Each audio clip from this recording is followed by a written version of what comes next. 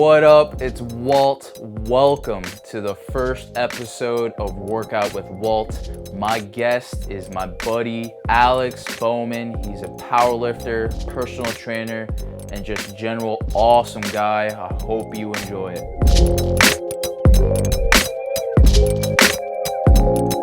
The first moment that really inspired me to become active actually came after my 21st birthday.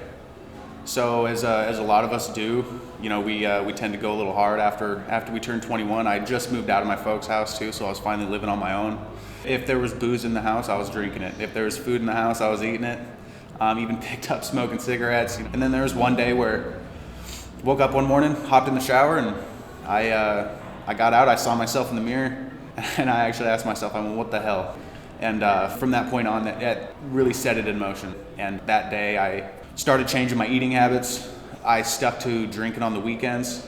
I got a gym membership, started lifting some weights. I was feeling better. I was sleeping better. It's a huge difference, and not only physically, but how I was mentally, how I interacted with others, how I talked to myself too, which was another one. All right, we just crushed some safety squat bar squats. I'm feeling it in my legs. About time to hit some upper body. What we about to do? We're going to do some close grip bench press. It's a great accessory for, obviously, the classic bench press, and also one of the federations that I'm lifting in for powerlifting. In lieu of the bench press, they do a strict overhead press. So that's obviously going to be a lot narrower grip, and you're going to be standing. So this close grip bench press simulates the same exact grip, just at a different angle to help the muscles develop in a different way. Gotcha. To help strengthen that lift overall. Absolutely. We put these tries to the test as well.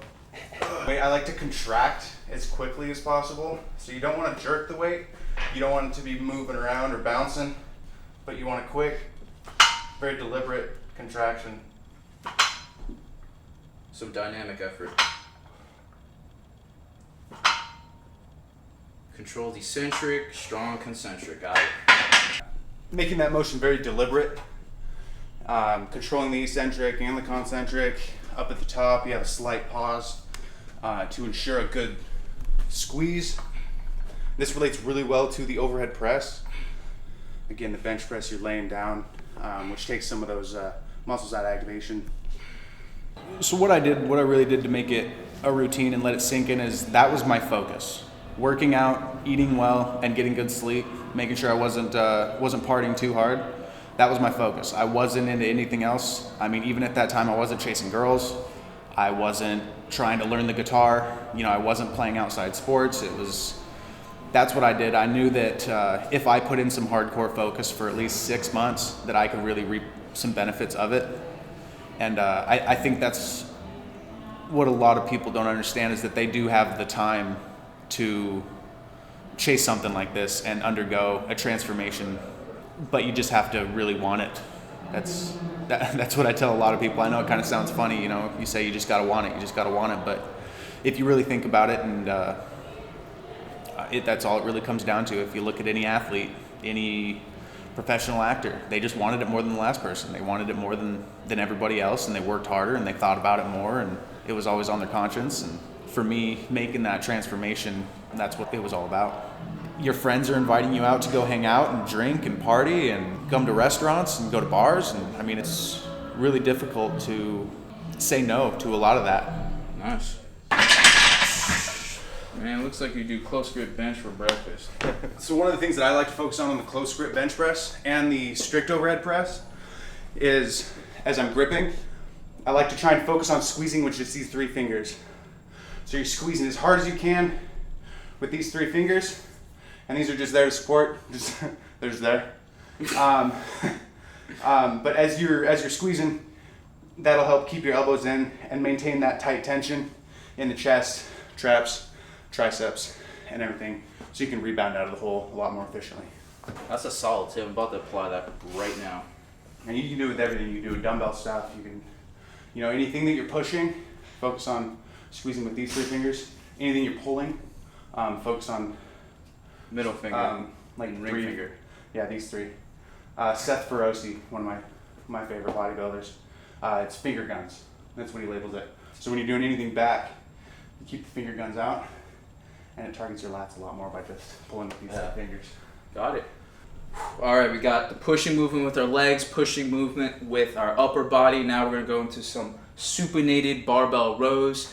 Alex is gonna get into his warm-up set right quick. He's gonna retract the scapula, squeeze his back, basically try to touch those elbows together so he gets that nice big squeeze at the top. Yep. You'll see it. This is going to be a supinated grip, so our palms are going to be up. This is a really good accessory for the deadlift. Since we'll primarily stay bent over, keeping the tension in the hamstrings, glutes, and low back. We want to keep the low back tight, nice proud chest. And we're going to be pulling back with our palms up again to about our hip bone, in between about where our belly button and our hip bone is.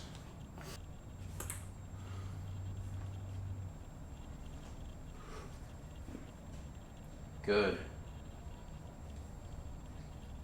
Notice how he's almost like in a robotic movement. Nothing is moving except the muscles that we're trying to contract here.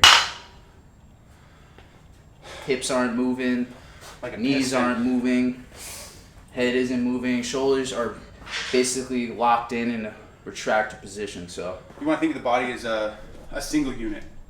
Everything's supposed to work synergistically. Everything works as one another. So if your knees are out of place, if your elbows are weird, grip's too wide, something's out of alignment, you could not be getting as much out of the lift as you could potentially be doing. And in some instances you could end up just hurting yourself. One of my favorite Chinese proverbs says, the best time to plant a tree was 20 years ago.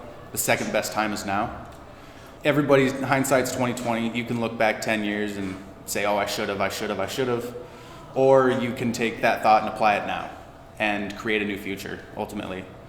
I feel a lot of people are stuck in place with where they've been and where they're at. They don't see a means to go beyond that. And so I think that if you just start now with anything, that's what I did. Like I said, I started eating. I ate carrots and I ate potatoes and I ate tuna out of a can. That's how I started. And then eventually I started reading more. Become educated is another one, I feel. Become an expert in what you know and what you enjoy doing. In the last movement that we're going to be doing in this workout, we're going chin-ups. I'm shooting for 4 sets of 10. Okay, all right. We'll see what happens. The goal here is just to acquire volume at the end of the workout. So if we get 10-8, 5-5, so be. But we're just going to do our best and try and acquire as much volume as we can at the end of the workout. Got it. Again, just get as much blood flow as possible. And just like the rows, these are going to be supinated, so these will actually be chin-ups. Got it. Pull-ups. Should be a little tougher after going through those supinated barbell rows, but we're up for the challenge here. Let's get it. Pulling from here. Solid. Got some lats too. Feeling it. I wish I looked like Alex Bowman. Good pull. Squeeze. Nice. Well, everybody knows it's hard. Everybody understands that it's hard. But when you actually get down in the trenches and you're doing it and you're making it happen, it is ugly. It's ugly. Nobody else sees it. You don't get a lot of acknowledgement for it. People don't truly understand or appreciate what it is that you're doing. A lot of people work full-time jobs. A lot of people have kids. A lot of people just don't have a lot of free time in general. So you really have to make time to chase what you want. And what a lot of people don't see is the 5 o'clock mornings.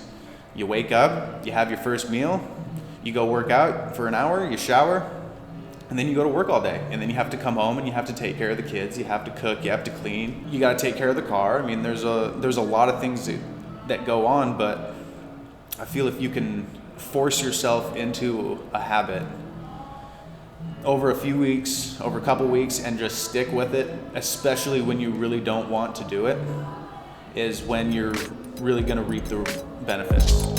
All right, Alex Bowman workout complete. If you want to try this workout, you don't have to be familiar with the compound movements that we just did. You can use some dumbbells to get this workout done, even go on the assisted pull-up machine to hit those chin-ups. Thank you, Alex, for showing me this workout. Absolutely, man. Yeah, appreciate it. You did well. Killed it. So when's your next powerlifting meet, man? When can people see you? Where can people follow you? You know, where can people get more information? Facebook at Alex Bowman. That's me. Instagram, I'm on at Bowman_lifts. If you're in the local area, get US Strengthlifting Fitness.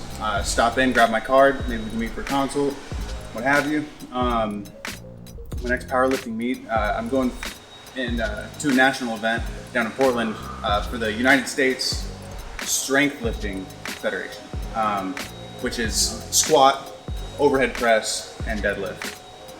So starting, it's been 2 weeks on program back at that, and see how we do in November.